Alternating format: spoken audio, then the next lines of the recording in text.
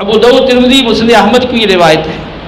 نبی کریم صلی اللہ علیہ وسلم نے ارشاد فرمایا، جس نے علم حاصل کیا تاکہ وہ علماء پر فخر کرے اور کم علم لوگوں سے، احمقوں سے وہ جھگڑا کرے اور بحث مباحثہ کرے اور لوگوں کو اپنی طرف متوجہ کرے، اللہ تعالیٰ بروز قیامت اس کو جہنم میں ڈال دے گا۔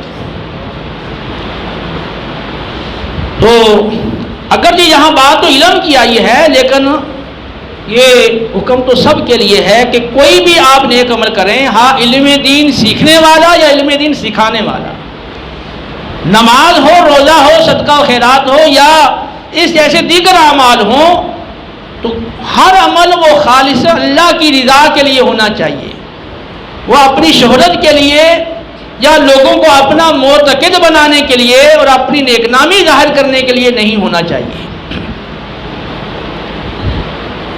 اس سلسلے کے اندر صحیح مسلم اور نسائی اور ترمذی میں ایک بہت ہی دل ہلا دینے والی اور انتہائی انسان کو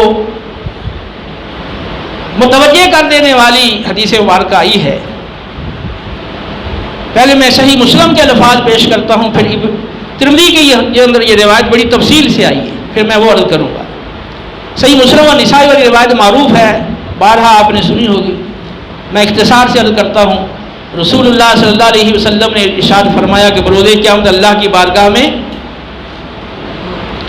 عالم اور قاری، سخی اور شہید پیش ہوں گے، تو اللہ رب العالمین شہید سے فرمائے گا اپنی نعمتیں یاد دلا کر کہ ان کے مقابل تو نے میرے لیے کیا کیا؟ وہ عرض کرے گا میں نے تیری راہ میں جہاد کیا یہاں تک کہ میں نے شہادت پائی۔ اللہ فرمائے گا تو جھوٹ کہتا ہے، تو نے اس لیے جہاد میں جان دی کہ تجھے بہادر اور غازی کہا جائے اور شہید کہا جائے، سو دنیا میں تجھے یہ کہہ لیا گیا، حکم ہوگا کہ اس کو گھسیٹ کر جہنم میں اونتے منہ پھینک دو۔ پھر اللہ تعالیٰ قاری اور عالم سے فرمائے گا، جس نے علم دین پڑھا اور پڑھایا اور قرآن پڑھا، جو حدیث کے لفظ ہے کہ تعلم و علم و قرأ القرآن، کہ اس نے علم دین سیکھا اور پھر آگے سکھایا اور قرآن پڑھا، تو اللہ فرمائے گا تو نے اپنی نعمتیں یاد دلا کر فرمائے گا ان کے مقابل ان نعمتوں کے شکرانے میں تم نے کیا کیا؟ وہ کہے گا اللہ میں نے علم دین پڑھا اور آگے پڑھایا اور قرآن پڑھا۔ اللہ فرمائے گا تو جھوٹ کہتا ہے، انہوں نے تو یہ سب اس لیے کیا کہ تجھے عالم اور قاری کہا جائے، سو دنیا میں تجھے یہ کہہ لیا گیا، حکم دیا جائے گا کہ اس کو گھسیٹ کر اونڈے منہ جہنم میں ڈال۔ پھر سخی پیش ہوگا، اسے اللہ تعالیٰ اپنی نعمتیں یاد دلا کر یہی سوال فرمائے گا اور وہ عرض کرے گا کہ میں نے ہر نیکی کے کام میں تیری رضا کے لیے خرچ کیا۔ اللہ فرمائے گا کہ تو جھوٹ کہتا ہے، تو نے اس لیے کیا کہ تجھے سخی کہا جائے، سو دنیا میں تجھے سخی کہہ دیا گیا، حکم ہوگا کہ اسے گھسیٹ کر اونڈے منہ جہنم میں ڈال دو۔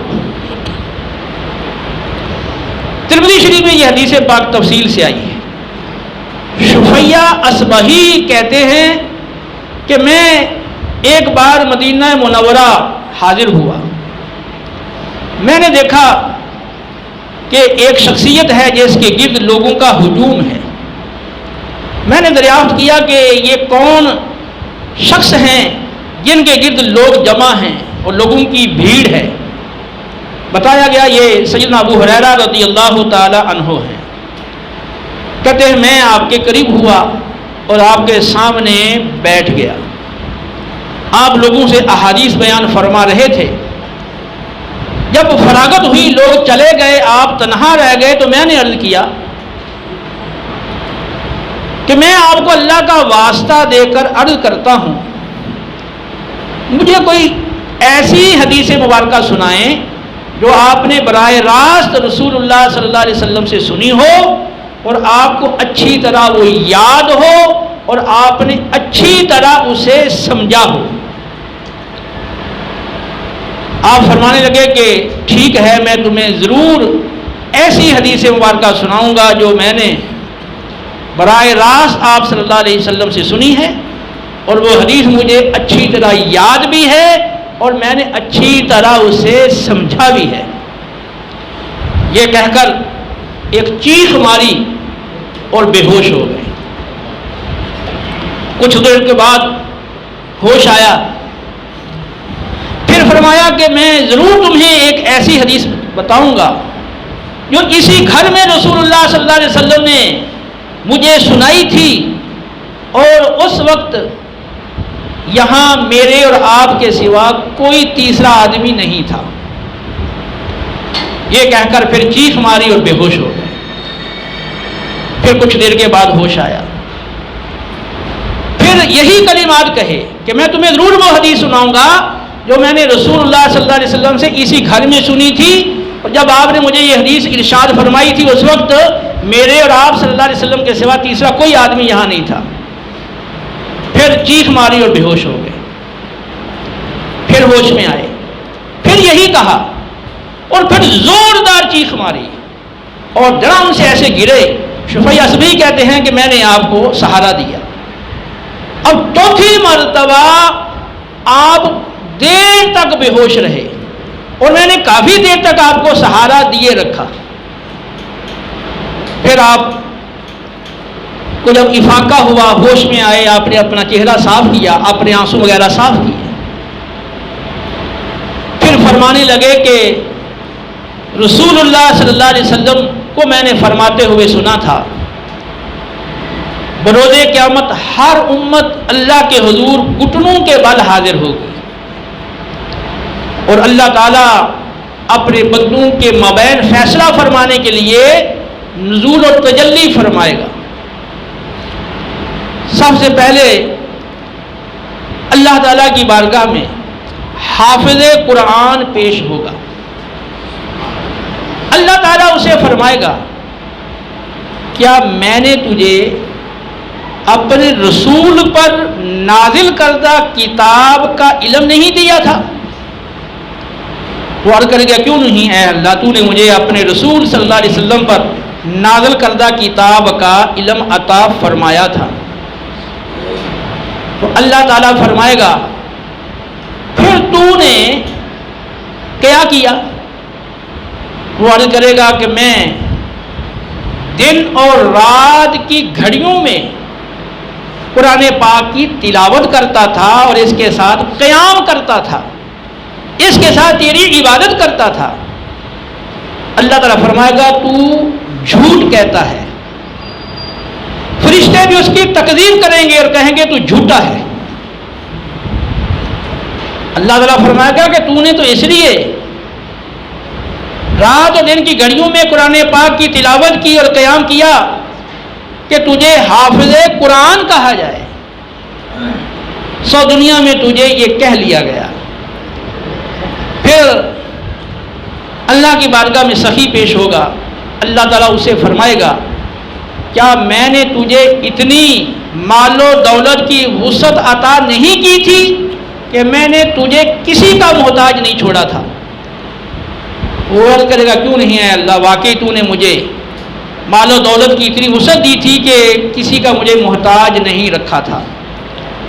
اللہ تعالیٰ فرمائے گا، پھر تو نے کیا؟ وہ عرض کرے گا کہ میں تیرے دیے ہوئے مال سے صلہ رحمی کرتا تھا، رشتہ داروں پر خرچ کرتا تھا، اور دیگر لوگوں پر صدقہ و خیرات کیا کرتا تھا۔ اللہ تعالیٰ فرمائے گا، تو جھوٹا ہے۔ فرشتے بھی اسے جھوٹا قرار دیں گے۔ اللہ تعالیٰ فرمائے گا، تو نے یہ سارا اس لیے کیا تاکہ تجھے سخی کہا جائے، تجھے سخی کہہ لیا گیا۔ پھر شہید حاضر ہوگا، اللہ تعالیٰ فرمائے گا کہ تو نے میری خاطر کیا کیا؟ اللہ فرمائے گا، تو کس وجہ سے قتل کیا گیا دنیا میں؟ وہ عرض کرے گا، مجھے جہاد کا حکم ملا تھا، میں نے تیری راہ میں جہاد کیا، یہاں تک کہ میں نے شہادت پائی۔ اللہ تعالیٰ فرمائے گا، تو جھوٹا ہے۔ فرشتے بھی اس کو جھوٹا کہیں گے۔ اللہ تعالیٰ فرمائے گا کہ تو نے سب یہ اس لیے کیا کہ تجھے بہادر کہا جائے، سو دنیا میں تجھے کہہ لیا گیا۔ ابو ہریرہ رضی اللہ تعالیٰ عنہ کہنے لگے کہ رسول اللہ صلی اللہ علیہ وسلم نے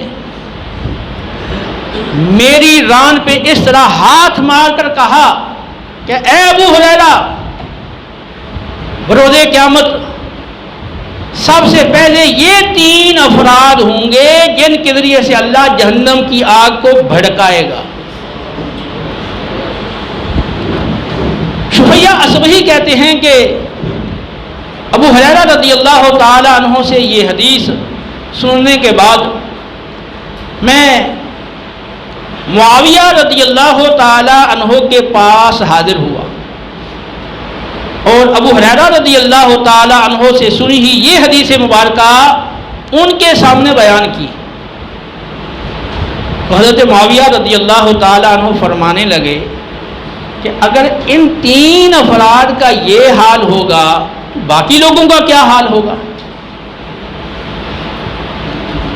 یہ کہہ کر وہ زاروں قطار رونے لگ گئے، روتے روتے بے ہوش ہو گئے۔ لوگوں نے یہ سمجھا کہ معاویہ رضی اللہ تعالیٰ عنہ انتقال فرما گئے ہیں، اس طرح کی ان کی حالت اور پوزیشن ہو گئی تھی، رونے کی وجہ سے وہ بے ہوش ہو گئے تھے۔ پھر جب ان کو ہوش آیا تو انہوں نے اپنا چہرہ صاف کیا اور پھر قرآن پاک کی 2 آیتیں مبارکہ تلاوت کی۔ من کان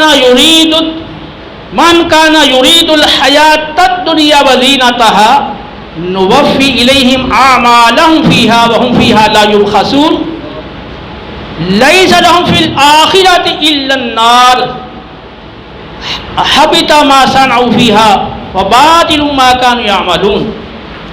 وہ لوگ جو دنیاوی زندگی کے طلبگار ہیں اور دنیاوی زیب و زینت چاہتے ہیں، یعنی جو وہ عمل کرتے ہیں تو وہ عمل سے مقصود دنیا ہے اور دنیا کی رونق ہے، اللہ کی رضا ان کے پیش نظر نہیں ہے۔ جو دنیاوی زندگی کے طلبگار ہیں، دنیاوی زیب و زینت چاہتے ہیں، ہم ان کے اعمال کا بدلہ اسی دنیا میں ہی انہیں عطا کر دیں گے اور ان کے ان اعمال کا بدلہ دینے میں کوئی کمی نہیں چھوڑیں گے۔ یہی وہ لوگ ہیں جن کے لیے آخرت میں سوائے آگ کے، سوائے جہنم کی آگ کے کچھ نہیں ہے۔ جو انہوں نے دنیا میں عمل کیے وہ سب کے سب برباد ہو گئے اور جو وہ دنیا میں کرتے رہے وہ سب کا سب باطل اور رائگاں چلا گیا۔ یہ پوری حدیث پاک جو جامع ترمذی کے اندر موجود ہے، آپ نے ملاحظہ فرمائی کہ سیدنا ابو ہریرہ رضی اللہ تعالی عنہ اور حضرت معاویہ رضی اللہ تعالی عنہ ان دونوں معزز شخصیتوں کا خوف خدا اور خشیت الہی دیکھیں۔